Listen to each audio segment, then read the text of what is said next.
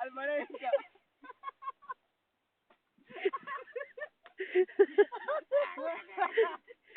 అమ్మా నేను పుట్టింది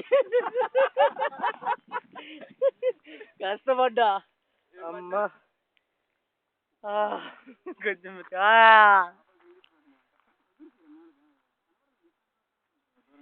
మొత్తానికి ఈ రెండో రోజు మేము చేపలు పట్టడానికి ఈ రోజు మేము 5గురు వచ్చాము. ఇప్పటిదాకా ఈ నలుగురే కానీ నేను లేను కెమెరాలో. ఇప్పుడు వచ్చాడు.